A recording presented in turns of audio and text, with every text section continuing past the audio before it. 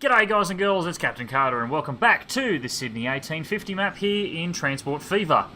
This is the rail junction for the food line and the commuter run between, that'll be between Redfern and Newtown. And you'll notice that we've got some cool looking signals, and we've even got a signal box now. That's right, today's episode we're going to check out these awesome signals by Bad Company's own Killer Cans.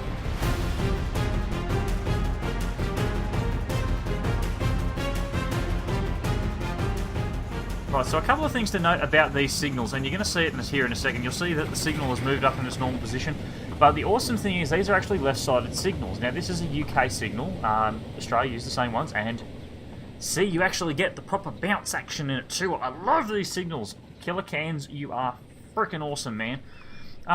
Only downside to these signals thus far is the fact that you can't actually bulldoze the signal itself. You'll see, usually I can highlight the signal and bulldoze it. The only way you can get rid of them is by deleting the track with them, unfortunately. But it's a minor consequence. I don't mind that too much. But the cool thing is this actually keeps in this is in keeping with Australian railway signalling of the period. I mean, it's only 1913, so these signals were prolific. I would like some newer versions. Not some newer versions, some different versions. Here we go. You're going to see some really good droopage here as the food train goes charging through. Keep the mess out of the way, that'll be kind of helpful. Now you'll see they work in exactly the same way. They're absolutely awesome. And watch the lever at the bottom. Bam, lever goes down as well. So the passenger train now gets cleared and across he comes.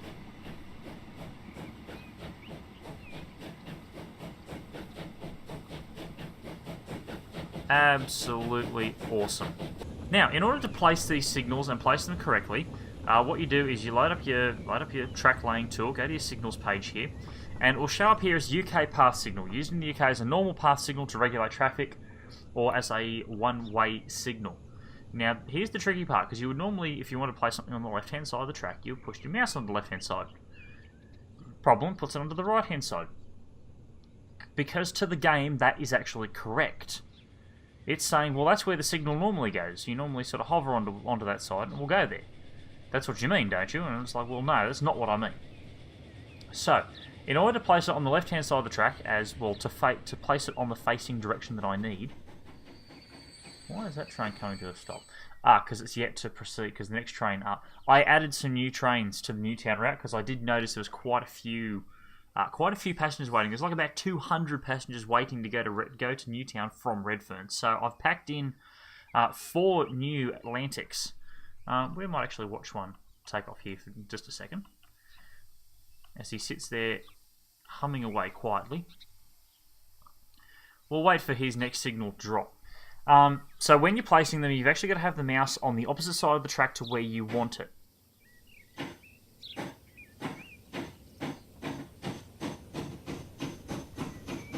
Impressive. So, in order to place the signal onto the correct side of the track, and I'll show you again here. So if I want a signal on the left-hand side, that is, I am controlling trains that wish to run along this track in this direction, I need to have my mouse on the right-hand side of the track in order to place it. Same goes for coming the other way. If I'm trying to control the train coming this way, which I have with the placement of this signal here, I place it by having my mouse cursor on the other side of the track, and that places the signal on the correct side. I think that's all I really need to cover with these signals. They look reasonably accurate. The graphics could be, or the texturing on the posts in particular, could be a little bit better. I also found on there this American semaphore signal, but unfortunately it goes on the right hand side and it's rather large and just looks ridiculous. I'm not going to use that. Anyway, so that's the signaling side of things. Now, of course, any signals need a signal box to control them. So I've placed this signal box here. I can actually name it. Oh, okay, we're going to be doing that later. And here's the other thing: you can't actually select these signals here in order to make them one way or not. But you shouldn't come across all that many times where you actually need to do that.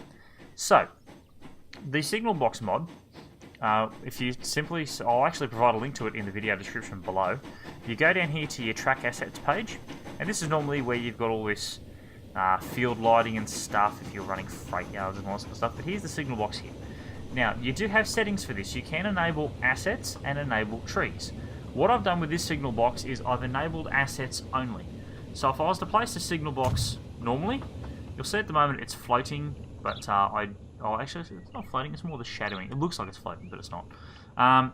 So that's with no assets. This one here does have assets, so it'll place the little fans, the boxes, the container, the rail, all that sort of stuff. And some stuff up on the thing as well. You got a chair there, there's looks like a crate there in the corner. You don't have that on the normal one. Interesting. I didn't notice that before. Now, you've also got the assets, but you can also enable trees. Now, the only thing with the trees is I can't snap it to the track. So what I do is I press and hold shift. I simply cast it back a little bit. I'll sort of turn it so it's roughly in the right spot. And you just need to set it back from the tracks just a little bit. And the good thing is that actually places the ground below it as well, which looks really, really authentic. And I actually quite like this one. But I figured, yeah, this one's underneath the bridge, doesn't really need the trees and stuff. I'm not all that fussed on it. And they only cost $5,000 to demolish. And they don't leave great gaping big lumps and everything in the ground, which is really nice to see.